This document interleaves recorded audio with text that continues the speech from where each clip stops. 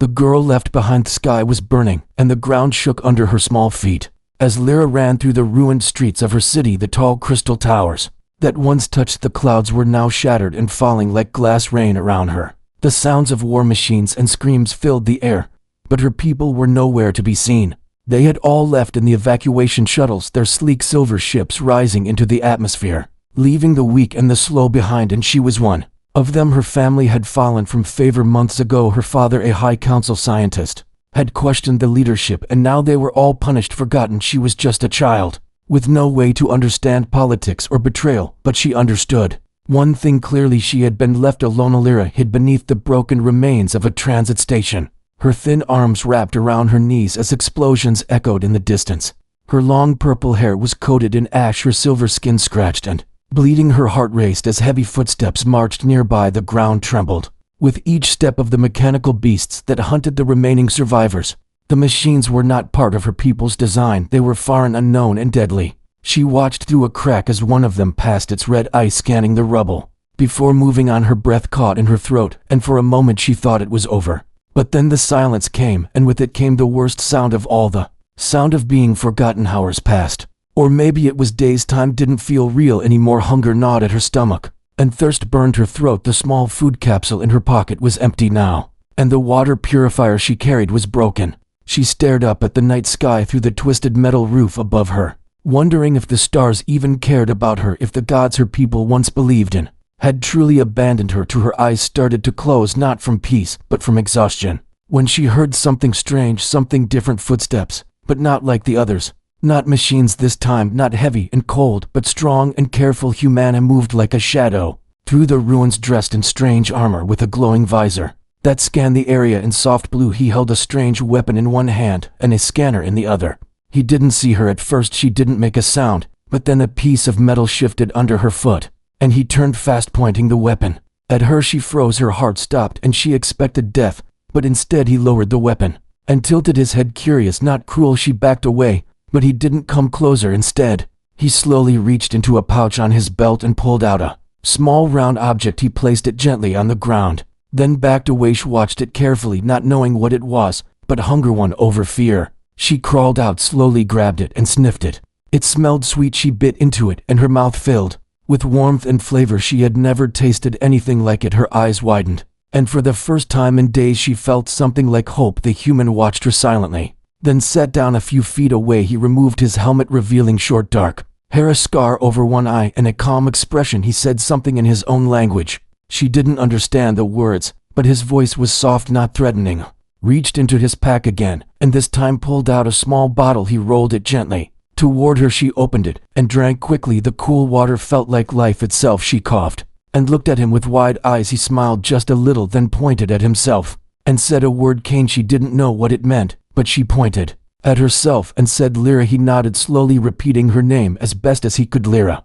They sat like that for a while, two strangers from two different worlds, surrounded by destruction, but sharing food, water, and silence. Night came again, and the cold settled in. The human pulled a heat blanket from his gear and offered it to her. She hesitated, but took it, wrapping it around herself. He leaned back against a wall, resting his eyes, but still alert. She watched him for a long time, trying to understand why a creature from a distant world would help her when her own kind had not. He had no reason, no reward. He just did it, and in that moment something changed in her heart.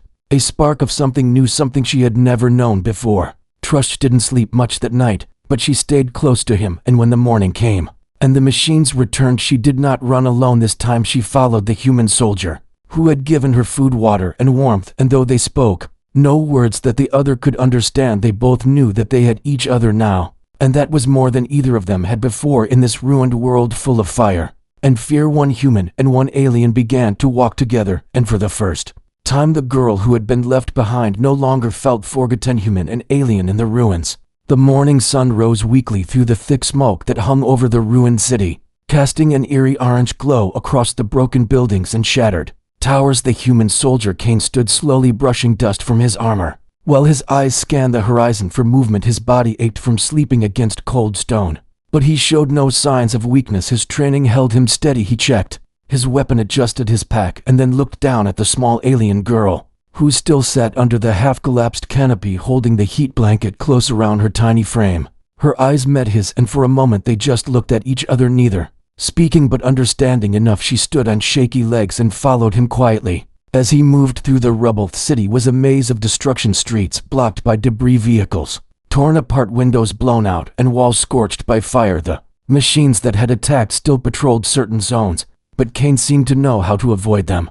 He moved quickly but carefully, stopping often to listen to the air, as if he could hear something invisible guiding his path. Lyra followed without protest, though her legs were tired and her feet bruised. She knew if she stayed close, she would be safe. He had saved her once already, and something deep in her heart told her he would not stop now. They found shelter in what was once a learning center, its roof mostly intact and its lower floors still holding supplies.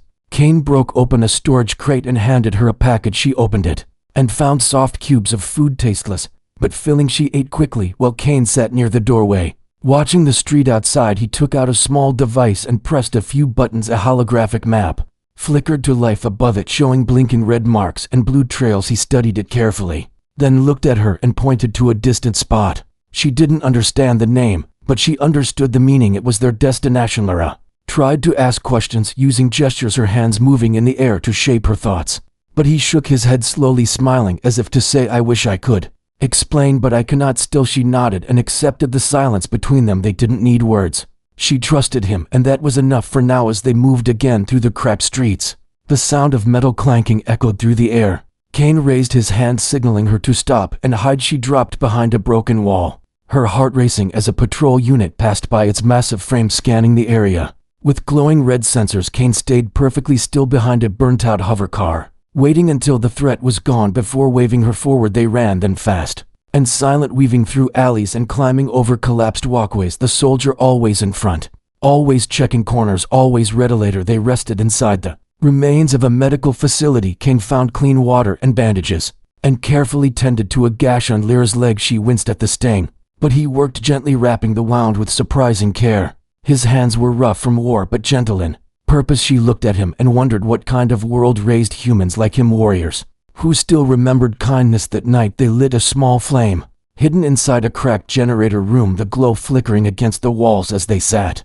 close to stay warm, Kane pulled out a small black box and opened it, revealing a photo. It showed a group of smiling people, humans like him, standing in a green field under a blue sky. He pointed at one, a woman with dark eyes and a wide smile, then pointed to his own heart. Lyra watched him carefully, understanding more than she thought possible. It was someone he loved, someone he missed, someone he had left behind. She reached into the small pouch at her side and pulled out a broken pendant, shaped like a crescent moon. She held it up and pointed to herself, then to the stars above, then back to the pendant. Kane nodded slowly. They both carried pieces of what they had lost, reminders of who they were before the war, before the fire and smoke, before loneliness. Sleep came in waves that night as distant explosions shook the ground.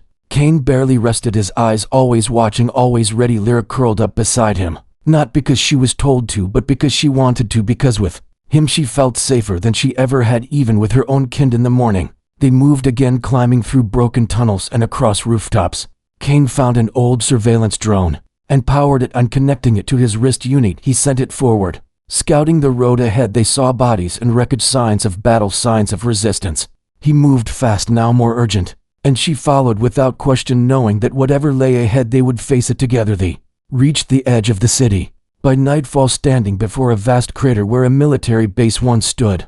Kane looked at the destruction and clenched his jaw. His extraction point was gone, destroyed, buried under rubble and flame. He looked down at Lyra, and she could see the frustration in his eyes, but also the determination. He would not stop, not now, not when they had come this far. Turned and started walking again, this time toward the mountains in the distance, where another signal pulsed weakly from his tracker. Lyra followed, stepping over stone and steel, breathing heavy, but never slowing down. She didn't need to know the way. She just needed to follow the one person who had chosen to stay when everyone else had run. And so the human and the alien walked side by side through the ruins of war, their bond growing stronger with every step, every breath, and every heartbeat. In a world where everything was broken, they were each other's only piece that still remained whole. If enemy awaits, mountains loomed in the distance, like the bones of the world, jagged, sharp, and silent, their dark peaks cutting into the red morning sky as Kane and Lyra pushed forward across a shattered bridge that swayed under their weight, each step a risk.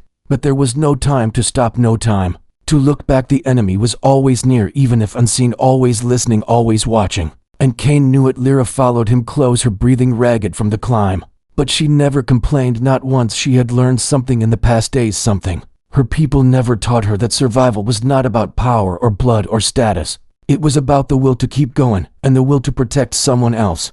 Even when you had nothing left, the bridge creaked, but held, and on the other side they found an old human recon bunker buried into the mountainside. Its door rusted and half open. Kane scanned it cautiously before leading her inside. The darkness swallowed them at first, until he activated a small wrist light, revealing walls covered in moss and dust with human letters carved into metal plates, and old flags still hanging like memories of a time before the fire. Kane moved quickly, checking terminals, scanning logs, and wiping dust from storage crates. He pulled out old weapons, power cells, a medkit, and a few sealed ration packs, then sat against the wall and opened a map. Lyra sat across from him, her eyes drifting to the weapons he placed nearby. Weapons unlike any her kind, used, brutal and heavy, yet clean and efficient. She reached toward one, and Kane gently pushed her hand back, shaking his head. Not yet. As the light outside faded, they heard it, the low metallic hum of engines, not ships, but something worse, the sound of crawling machines, thousands of small legs clicking against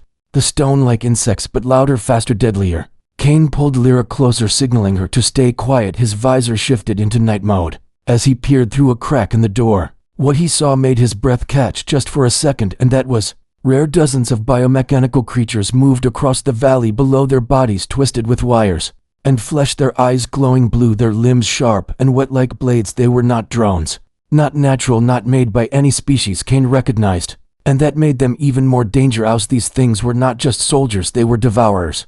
They did not take land or territory, they consumed it, consumed life, and left behind only metal and ash. Kane had seen them once before on another planet. Far from here, they had arrived through wormholes like viruses, spreading silently, and then attacking all at once. The only survivors from that world were those who never stopped running, and now they were here, and he was not going to run. Loaded his weapon and turned to Lyra, his expression hard but calm. He pointed at her. Then at the far corner of the bunker, a hatch leading to an escape tunnel. Then he tapped her pendant and shook his head as if to say, "You will not be left again." She understood his meaning clearly. Her people abandoned her, her own kind forgot her. But he never would, not this human, not this warrior. She took his hand and gripped it tight, her small fingers shaking, but strong. He nodded once, then turned toward the door and waited. When the machines climbed the ridge and came close, he threw a sensor beacon far into the trees. A loud pulse echoed, drawing their attention, and they swarmed toward it. He opened fire, then each shot ripping through the creatures, but there were too many for each one that fell. 3 more rows behind it. He moved fast, ducking behind cover, reloading, dodging claws that slashed the stone where he had stood seconds before. Lyra watched in terror and awe as Kane fought, not for glory, not for orders, but for Hirsch. Wanted to help, wanted to do something, anything. She looked at the second weapon beside her, then at the hatch, but her feet didn't move. She couldn't leave him, not after everything, not after the food, the water, the warmth, the blanket, and the trust he had shown her. She grabbed the weapon, unsure how to hold it, but determined. Then she remembered the signals he taught her, how to charge, how to aim, how to fire, and she stood just as one of the creatures leapt toward Kane. She pulled the trigger. A burst of light struck the monster mid-air, sending it crashing into the wall. Kane turned in surprise, but only for a second, then smiled, not with joy, but with pride. She was no longer just a child left behind. She was a fighter now. They fought together side by side inside that tiny bunker, their shots echoing into the mountains as wave after wave of monsters tried to break through.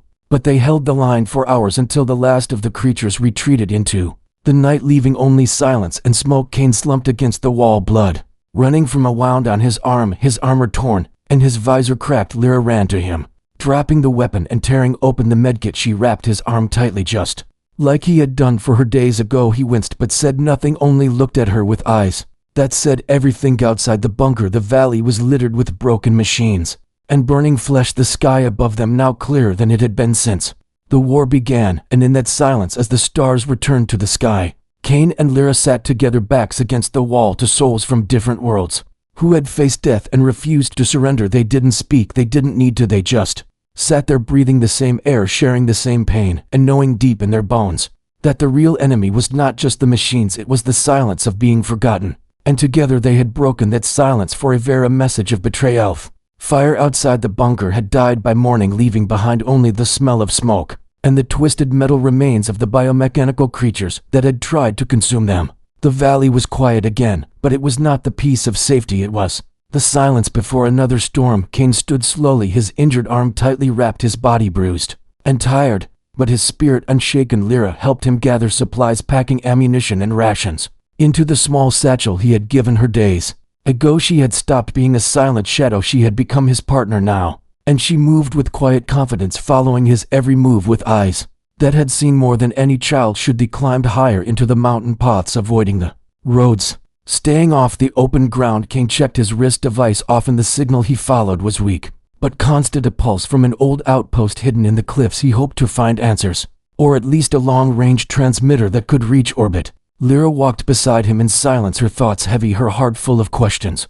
She still didn't understand why her people had left her, and every step forward made her think more about the day she was abandoned the moment the ships left the sky, and she realized she was alone. As they reached a rocky outcrop, Kane paused, raising his fist to signal a stop. He scanned the area, then waved Lyra forward, pointing toward a narrow entrance between two jagged stones. Inside, the air was cool and stale, the walls carved by machines a long time ago. This place was old, older than the war, older than Kane, and maybe older than the alliance between their species. They followed the tunnel down into darkness until they reached a central chamber, filled with dusty equipment, blinking consoles, and broken screens.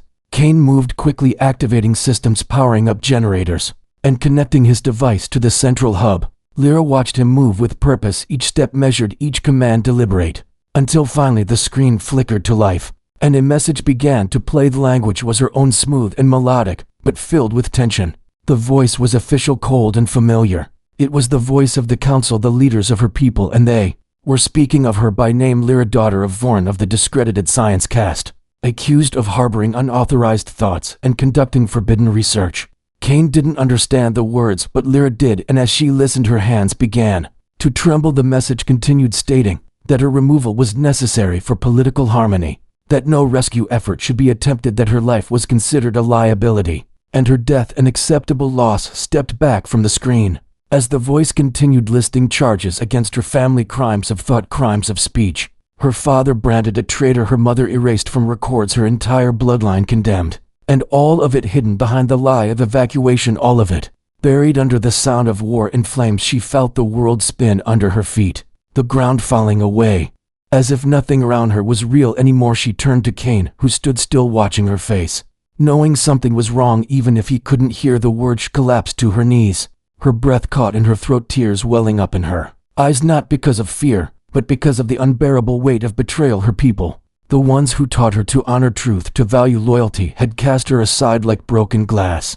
Her hands clenched into fists, shaking with fury and sorrow. Kane knelt beside her, placing a hand on her shoulder gently, like before, saying nothing, just offering presence and warmth. And when she looked up into his eyes, she saw no confusion, only understanding, because he had known betrayal to not in the same way, not from blood, but from command, from missions that sacrificed lives for politics, from choices made by leaders far away who never saw the cost. She wiped her eyes, stood up slowly, and walked back to the console. She tapped a few buttons and copied the message onto Kane's device, then looked at him and nodded as if to say, "I am ready now." He nodded back, and together they prepared for the next step, the next fight, the next truth. The outpost had a small transmitter just strong enough to send a burst message across the system. Kane sent a signal with human military codes, encrypted and precise, then waited for a reply. Hours passed. The sky outside turned from gray to deep orange as the sun dipped behind the peaks. Lyra sat beside Kane, sharing the last of the rations, chewing silently, her eyes still wet, but her face calm now. She had cried enough for one lifetime, and now only fire remained inside her, a quiet fire that burned with purpose. Kane looked at her and handed her his backup weapon, smaller than the one she had used before, lighter and easier to carry. She took it without a word, checking the charge and securing it to her belt. She was no longer a passenger in this journey. She was a soldier now, shaped not by orders or training, but by pain, trust, and survival. Transmitter beeped, a weak reply coming through, a signal from a nearby orbiting human recon ship. Response confirmed, extraction planned location marked 20 kilometers east. The path was dangerous, full of collapsed canyons and enemy activity, but it was hope, and they would take it. Kane marked the route on his device, then looked to Lyra. She stood already ready to move, her eyes focused, her step steady, and together they stepped out of the outpost into the wind carrying with them the truth of betrayal, the strength of survival, and a bond that neither politics nor war could ever break. The escape plan. The wind howled through the canyons, like the voice of an ancient beast, as Kane and Lyra moved quietly. Between the jagged rocks, the narrow paths twisted and turned, rising and falling like the broken bones of a fallen giant. Every step was a risk, every sound a possible threat, but they had no choice. The extraction point was marked deep in the eastern ridges where the signal pulsed faintly like a heartbeat, barely alive. The terrain was harsh, the skies above darkened by smoke and ash, but the fire in their hearts was stronger than fear, and neither of them looked back. Kane led with silent focus, his eyes scanning the surroundings, his steps measured, and his weapon always ready. His body was tired, the wound on his arm aching with each movement, but he showed no weakness. Lyra followed closely, her hands gripping the smaller weapon he had given her eyes sharp and alert. No longer the girl who once cried under a broken roof. She was different now, shaped by silence, shaped by survival, and by the man who never left her behind. They moved fast, climbing over fallen rocks, sliding down dusty slopes, crossing shallow rivers of black water, and navigating collapsed tunnels marked with strange symbols, signs of other battles, long forgotten signs that this war had been burning long before they arrived. But none of it stopped them, because they had a goal, and the path was clear, and every step forward meant one step closer to the skies. They reached a wide basin surrounded by cliffs. Kane raised his hand, signaling Lyra to stop. He crouched low, studying the ground ahead where strange tracks crossed the dust, not machines this time, but creatures wild and fast, their claws digging deep into the stone. He pointed to the far side, where an old landing pad stood barely intact. A small transport ship sat there, half buried in debris, its hull scorched, but intact. It was not human, not alien, but something in between, a forgotten model from an old Alliance war. Kane moved toward it, slowly checking for traps or movement, and when he found none, he waved her forward. Inside the ship, the air was dry and heavy, the walls dark with soot, the lights flickering dimly. Kane moved to the cockpit, brushing dust from the controls, trying to bring power online. Lyra searched the cargo hold, finding empty crates and broken drones, but no fuel, no food, no life. It was a ghost ship left behind like everything else, but it still had a working engine, still had wings, still had hope. Kane connected his device to the console, reading the systems, reading the language, guessing what each command meant, until the ship groaned with energy, a low hum rising as lights came alive and systems began to breathe again. But outside, the silence broke, the ground began to tremble. The dust rose in clouds, and the creatures returned, not machines this time, but living things twisted by war, covered in armor, with eyes like molten glass. They moved fast, crawling, leaping, snarling as they came down the cliffs toward the ship. Kane turned to Lyra and pointed to the cockpit, shouting something she didn't understand, but she knew what he meant. She ran forward, climbed into the seat, and stared at the controls, her hands shaking, her breath fast. But she remembered what he showed her, remembered the shapes and the buttons and the way he moved through the systems. She reached for the controls and started the launch sequence. Kane stood at the ramp, holding his weapon, his back straight, his eyes cold as steel. He fired in bursts, hitting the creatures as they came one by one, never missing, never stopping. His armor cracked, his body bleeding, but he stood like a wall between her and the enemy. Lyra looked back, tears in her eyes, but the ship began to rise, the engines burning, the ground below shaking with fire and fury. She cried out for him, but he shook his head, pointing away, telling her to go, to fly, to survive. She gripped the controls, her heart breaking, her mind screaming, but her hands steady as she guided the ship up, through the smoke, through the fire, through the sky, her eyes never leaving the image of him standing there alone, facing the swarm, until he was gone from view, and the clouds swallowed the world. The ship shook and rattled, alarms blaring, but she held it steady, her face wet, her voice silent as the stars came into view, the darkness of space wrapping around her like a cold blanket. She set the coordinates to the extraction point, the signal pulsing stronger now, and as the ship stabilized, she looked down at the console and saw something, a flare signal burning below. In the canyon, a final light, a final hope. Kane had survived without hesitation. She turned the ship around, ignoring the warnings, ignoring the fear, diving back through the atmosphere, back into the fire, because she had learned what he taught her, more than weapons, more than survival. She had learned loyalty, she had learned what it meant to never leave someone behind. And now it was her turn to do the same. The ship roared back into the canyon, engines blazing, light cutting through the smoke as she searched for him, her eyes scanning the ground until she saw him crawling through the dust, broken but alive, reaching for the signal beacon. She dropped the ramp and guided the ship close, hovering low as he climbed aboard, collapsing into the floor with blood on his face and fire in his eyes. She ran to him, pulling him close, holding him tight, as the ship rose once more into the sky, carrying them both towards something more than escape, carrying them toward a future that neither of them could see but both of them believed in because they had each other, and that was enough sacrifice. And Servivel's ship climbed higher through the thick smoke, the engines groaning under the strain, the metal walls rattling from the stress of rapid ascent. Kane lay on the floor of the cargo bay breathing heavily, his armor cracked in several places, his body covered in cuts and burns. Lyra knelt beside him, her hands shaking, as she tried to stop the bleeding using the last of the bandages from the medkit. She did not speak, but her eyes told him everything, that she was afraid, that she was angry, that she would not lose him now, not after everything they had endured together. Kane opened his eyes for a moment and gave her the smallest nod, a silent promise that he was not done yet. The stars emerged above them, bright and cold against the black of space, the planets slowly shrinking below,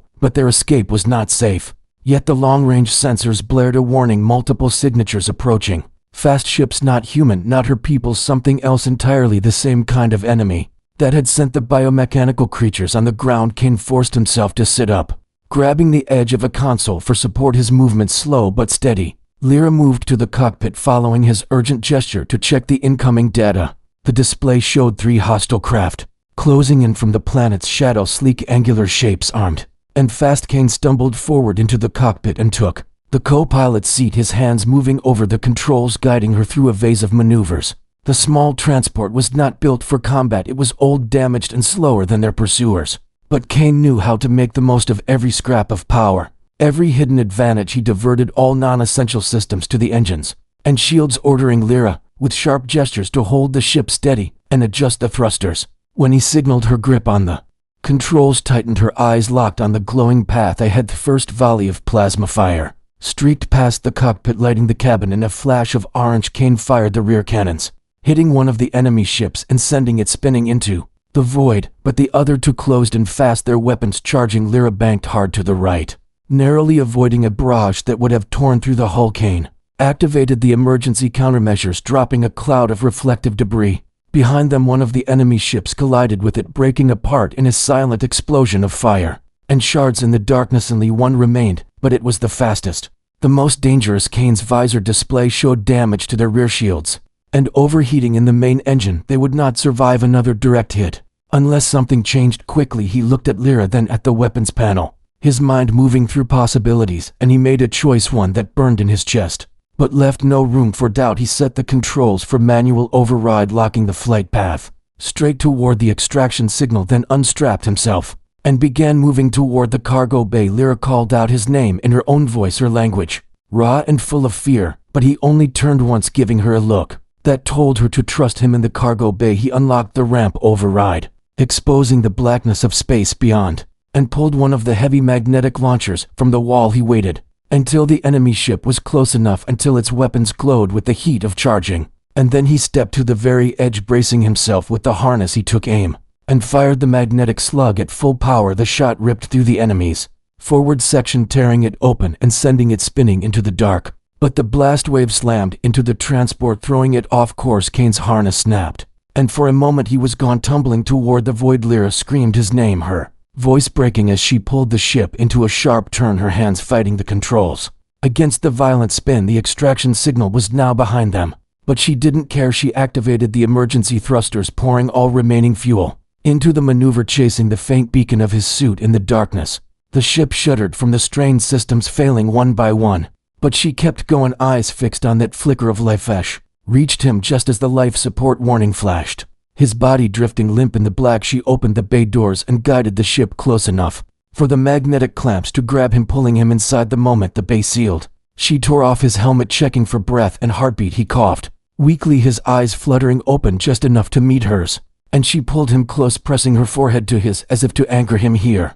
In this moment, refusing to let the void take him. They had no shields, no weapons, and barely enough fuel to limp toward the extraction point, but they had survived the enemy, and they had each other. Kane rested against the wall, breathing heavily, but his eyes on her, his voice quiet but firm as he said her name in perfect sound for the first time. Lyra, her own voice caught in her throat, but she answered his name in return, Kane, and in that small exchange, the silence between them was no longer the silence of survival. It was the silence of something unbreakable. The extraction beacon grew stronger ahead, pulling them forward through the last stretch of the dark. They were alive. But the journey was not yet over, and both of them knew the fight for survival would never truly end. Yet for the first time neither of them feared it, because they had faced death together, and each time they had chosen not to let go. A new bond between species. Stars drifted slowly past the cockpit windows as the battered transport limped toward the extraction point. The damage alarms were quiet now, only because the systems that would have sounded them were already dead. Kane sat in the co-pilot's seat, his armor torn open in several places, his arm bound in rough bandages, his movements slow but steady, his eyes locked on the faint beacon ahead. Lyra sat at the controls, guiding the ship with care, her hands firm on the sticks, her posture straight. Despite the exhaustion in every muscle, they had been running and fighting for what felt like an eternity. But the end was finally. Class of human extraction craft appeared from the darkness like a silver blade gliding through the void, its engines burning steady, its weapons armed but aimed away. Kane opened a channel, sending identification codes, his voice calm but edged with fatigue. The reply came back sharp and professional, instructing them to hold position and prepare for docking. Lyra did as he signaled, guiding the transport into alignment, the magnetic locks clamping onto their hull. With a heavy metallic thud that vibrated through the cabin, the docking corridor extended and sealed with a hiss of pressure equalization. When the hatch opened, armed human soldiers stepped in, moving with precision, their weapons scanning the corners before relaxing slightly as they saw Kane. One of them saluted and called him by rank, but Kane waved the formality aside and motioned for them to help Lyra. She stepped into the bright lights of the human craft, blinking against the sudden clarity. After so many days in smoke and darkness, the soldiers looked at her with curiosity, some with confusion, none of them hostile, but all aware that she was not one of them. Ship's medics took Kane to the infirmary, and though he resisted at first, Lyra's quiet stare kept him from arguing too much. She stayed close, refusing to leave his side as they cleaned his wounds, replaced the bandages, and scanned him for deeper injuries. The human crew spoke around her quickly in words she didn't understand, but she watched their eyes and their movements, reading the tone and the shape of the moment. They were wary of her, but respectful of him, and it was clear from the way they looked at the two of them together that they knew some part of the story. Hours passed as the transport set course for the nearest human command station. Kane finally rested for the first time since they met, his breathing steady in the medical berth. Lyra sat in the chair beside him, her hand resting lightly on the edge of the bed, her gaze fixed on the slow rise and fall of his chest. She thought of the city where they met, of the broken streets, the cold nights, the long walks through ruin and flame. She thought of the moment he gave her water, the moment he taught her to hold a weapon, the moment he told her without words that she mattered. When they reached the station, the docking procedures were quick, the hallways were wide and bright, filled with the hum of life and order. It was overwhelming compared to the silence of the war zone. Kane walked with her to the central command chamber, where senior officers waited, their uniforms clean and pressed, their eyes sharp and calculating. They questioned him about the mission, about the enemy, about the damaged transport. Then they looked to her and asked who she was. Kane answered simply, his voice steady, "She is the reason I came back." The officers exchanged looks, some skeptical, others thoughtful, but none challenged him. He handed over the data from the alien outpost, including the message of betrayal, the recording that named her and her family as enemies to her own people. The humans listened to the translation in silence. Then one of the officers leaned back in his chair and said quietly, "We will see that this reaches the right ears." Kane glanced at Lyra, his expression calm, but his eyes holding a promise that her story would be hard in the days that followed. She learned to walk the corridors of the station without flinching at every new face. She learned the human words for food, for water, for thank you, and for home. She spent hours in the training bays, watching soldiers practice weapons drills, remembering the lessons Kane had given her, sometimes joining them, her movements awkward but determined. Kane healed slowly, but every time she passed by the infirmary, he would give a small nod or a faint smile, a quiet reminder that they were still in this together. Word of their survival spread through the station like a quiet rumor, the story of a human soldier who had chosen to save an alien girl when her own kind had left her behind, the story of how they fought side by side against impossible odds. It reached the ears of people far beyond the station, traveling through channels both official and unofficial. When alien diplomats visited for negotiations, they sometimes looked at her with shame in their eyes, sometimes with respect, but never again with indifference. Weeks later, she stood beside Kane in the great hall of the station, where a joint council meeting was held. Human and alien leaders gathered under one roof to discuss the future. Kane spoke of the dangers they had faced, of the enemy that consumed without mercy, of the need for unity that went deeper than treaties. He did not speak with the polished tone of a diplomat. He spoke as a soldier who had seen the cost of failure. Lyra stood when he finished, and for the first time spoke in both her language and the human tongue, her voice steady. She told them that strength was not in abandoning the weak but in standing for them, that she had learned this from a man whose world was not her own, and who had no reason to save her but did it anyway. When the meeting ended, Kane and Lyra walked together through the long corridor toward the hangar, where new missions were being prepared. The war was far from over, but they would face it not as strangers, not as rescuer and rescued, but as equals, as family in a bond written not by blood or treaty, but by choice and by the battles they had shared. And as the hangar doors opened to the vastness beyond, they stepped forward side by side, ready for whatever the stars would bring. The war had not ended, but the silence inside their hearts had. The cold of betrayal was gone, replaced by the warmth of a bond forged in fire.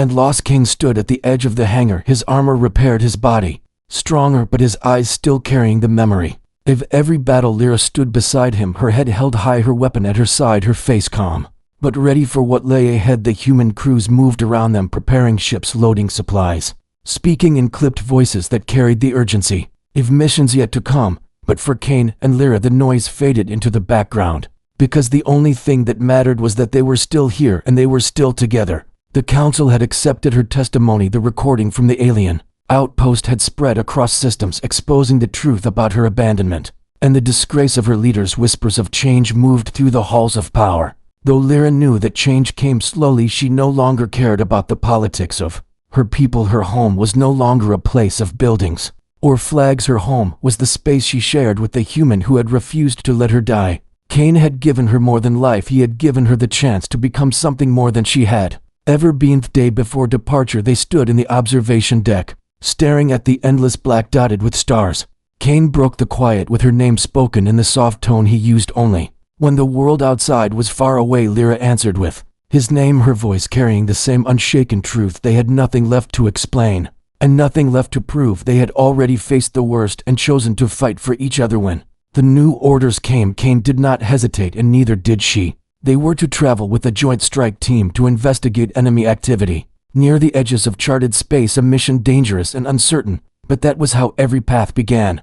They walked to the hangar in step with one another, no longer separated by fear or by language. They understood each other in ways that went beyond words. The human soldiers nodded to her now, not as a guest, but as one of them, and the alien diplomats, who once avoided her gaze, now stepped aside with quiet respect. Engines of their ship roared to life, the deck beneath their feet trembling with the promise of speed and distance. They stepped aboard, the hatch sealing behind them. As the hangar doors opened to reveal the infinite dark, Kane took his seat at the controls, Lyra beside him, her hand resting near his, ready for whatever signal he would give. They exchanged one last glance, and in that glance was every battle, every wound, every breath. They had Shared's ship rose from the station, gliding into the quiet of space, the stars stretching before them endless and waiting, and somewhere out there, the enemy moved like a shadow in the dark. But Kane and Lyra were not afraid, because they had already learned the truth that survival was not about strength alone. It was about trust, it was about loyalty, and it was about never leaving the other behind. And so, with the hum of the engines and the vastness of the galaxy unfolding before them, they left the safety of the station and flew toward the unknown, not as soldier and survivor, not as human and alien, but as two souls bound together by choice and by the unshakable will to stand side by side until the very end.